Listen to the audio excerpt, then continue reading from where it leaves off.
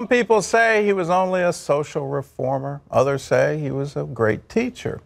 However, to most Christians around the world, Jesus is the Lamb of God. Well, today we want to give you a rare glimpse into the life of Jesus, and you'll see that he followed a plan that had been written down by Jewish prophets hundreds of years before his birth. Watch this. Millions of Jews from around the world gathered to celebrate Passover in Jerusalem. Among them were Jesus of Nazareth and his disciples. This religion, which we call Christianity today, began as a part of Judaism. What is unique about Christianity among the Jewish groups is that they had their messianic expectation focused on a single person, Jesus. They expected a coronation. What they saw was an act of redemption. Though he was going to do something of eternal significance as the Lamb of God who took away the sins of the world.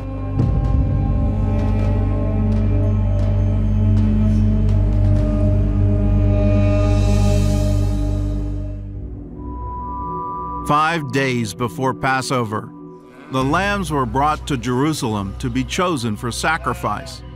On the same day, Jesus entered the city for the last time before his death." All going back to the sacrifice ritual, going back to the Passover lamb, saying this is the ultimate substitute. The one who's coming is not coming the way you're expecting. The prophet Zechariah had announced his arrival 500 years earlier. "Behold, your king is coming to you, lowly and riding on a donkey."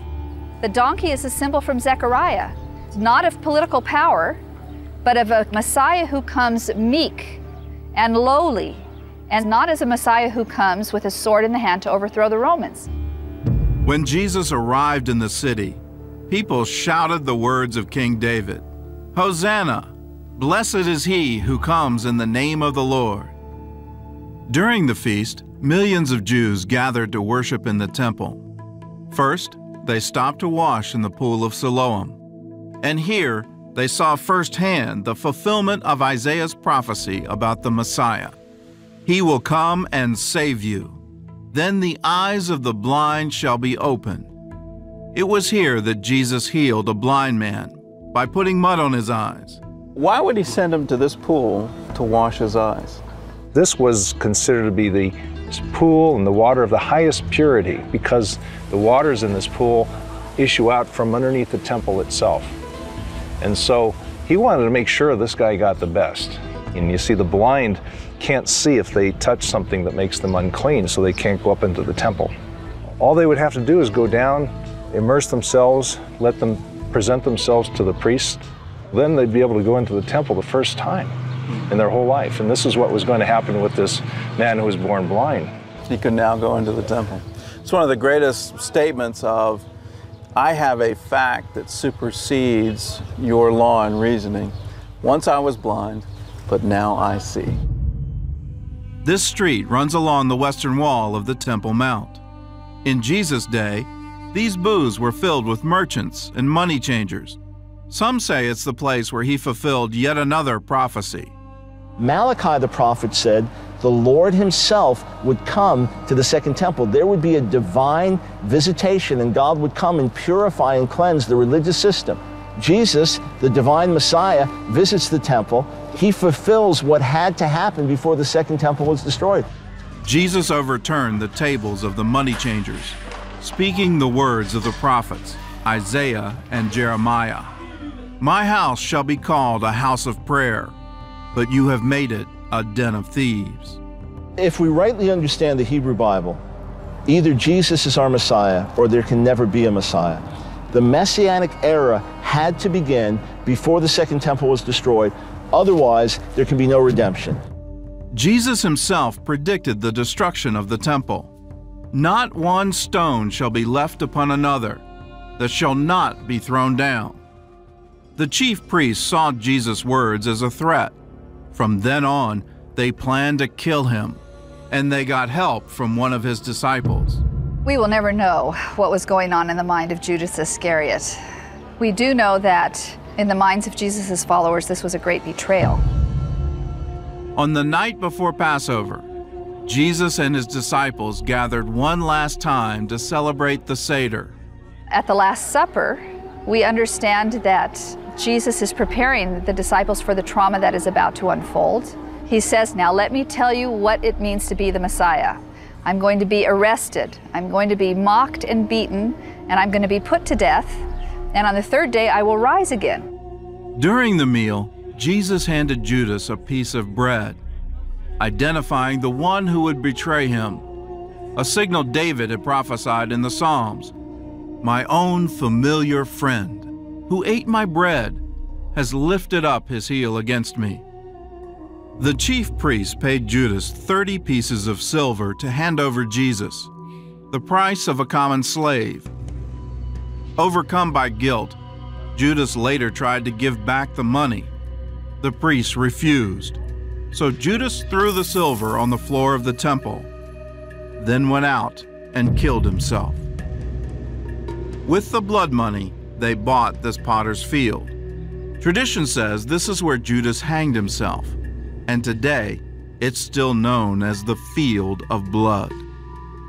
500 years earlier, Zechariah had predicted the price on Jesus' head, as well as the act of Judas, throwing the money into the house of the Lord to the potter. While Judas carried out his betrayal, the rest of the disciples finished the Passover meal. They sang a hymn called the Great Praise, or Hallel in Hebrew. The words written by King David 1,000 years earlier took on new meaning as Jesus headed closer to the cross. Bind the sacrifice with cords to the horns of the altar.